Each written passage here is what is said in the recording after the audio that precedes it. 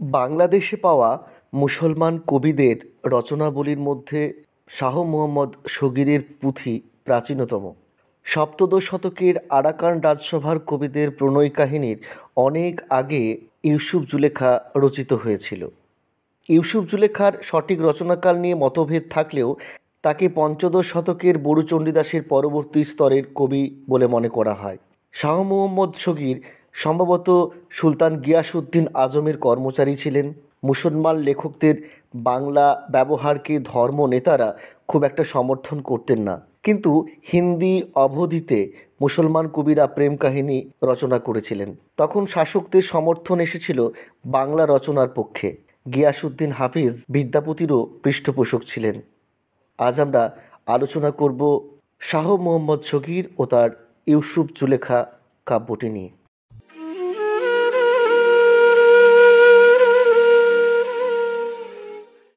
শাহ মোহাম্মদ শগীর তার ইউসুফ জুলেখা কাব্যের উপাদান সংগ্রহ করেছিলেন কোরআনের সূরা ইউসুফ থেকে। ওয়াকিল আহমেদ দেখিয়েছেন যে ইমাম গাজালির কোরআনের তাপসীর ব্যাখ্যা পুস্তকের সঙ্গে শগীরের রচনার মিল বেশি। একাদশ শতকে রচিত ফেরদৌসি তুসির ইউসুফ জুলেখা এখানে ব্যাপকভাবে অনুসৃত হয়েছে। কাব্যটি শুরু হয়েছে আল্লাহ রসুল, জাবাবা এবং রাজদূতি দিয়ে। তৈমুস বাদশার মেয়ে জুলেখা যৌবনের আগমনে এক সুন্দর পুরুষকে স্বপ্নে দেখে। তার বিয়ে হয় যে আজিজ মিশরের সঙ্গে, সে কিন্তু স্বপ্নে দেখা সুন্দর ছিল না, উপরন্তু সে ছিল ক্লীব।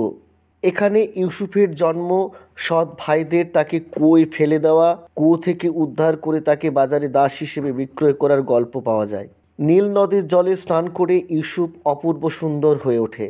এর রূপে মোহিত হয়ে জুলেখা তাকে ঘরে নিয়ে যায়। ইমাম গাজালির অনুসৃত গল্পের মতো এখানেও ইউসুফ জুলেখার দেহসঙ্গী না হওয়ায় তার উপর নানা অত্যাচার হয়, কিন্তু শগীর বৃদ্ধা জুলেখার যৌবন প্রাপ্তি এবং ইউসুফের সঙ্গে তার ঘটাপূর্ণ বিয়ে দিয়েছেন।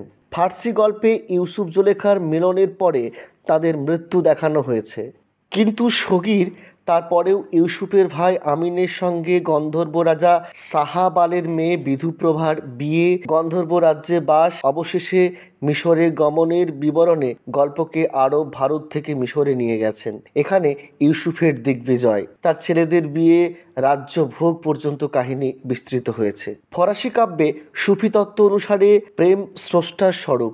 ইউসুফ জুলেখা আশুক মাশুকের প্রতীক, কিন্তু শগীরের কাব্যে এ তত্ত্ব প্রাধান্য পায়নি। এখানে প্রতিমা পূজক জুলেখা এবং বিধুপ্রভা স্বধর্ম ত্যাগ করে ইসলাম ধর্ম গ্রহণ করে ইউসুফ এবং আমিনাকে পেয়েছে। কাব্যের শেষে হিন্দুদের ইসলাম গ্রহণের ডাক আছে। সুফি ভাবনায় এই ধর্মান্তর কিন্তু অনর্থক। গল্পের ভাব পরিমণ্ডল সৃষ্টিতে, ছন্দ অলঙ্কারের ব্যবহারে, বর্ণনা রীতিতে, বারোমাস্যা কথনে ইউসুফ জুলেখা কাব্যে বাংলার সামাজিক সাংস্কৃতিক রূপ ফুটে উঠেছে। কোরআনের ইউসুফ ছিল ধর্মপ্রাণ আদর্শ মানুষ।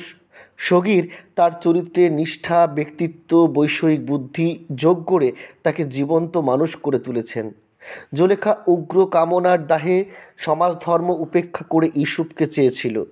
প্রত্যাখ্যানে ভয়ঙ্করী হয়ে প্রেমের ক্ষতি করেছিল। এমন কামনমাদ চরিত্র বাংলা সাহিত্যে বিরল, কিন্তু এ সমস্ত উগ্রতা পরিশুদ্ধ হয়ে পরবর্তীকালে নম্র আত্মদানে কাব্যটির সমাপ্তি ঘটেছে। পরবর্তীকালের প্রণয় আখ্যানের পথ প্রদর্শক শাহ মোহাম্মদ শগীর। আজকের আলোচনা এ পর্যন্তই। প্রত্যেকে ভালো থেকো, সুস্থ সুন্দর থেকো। আপাতত টাটা।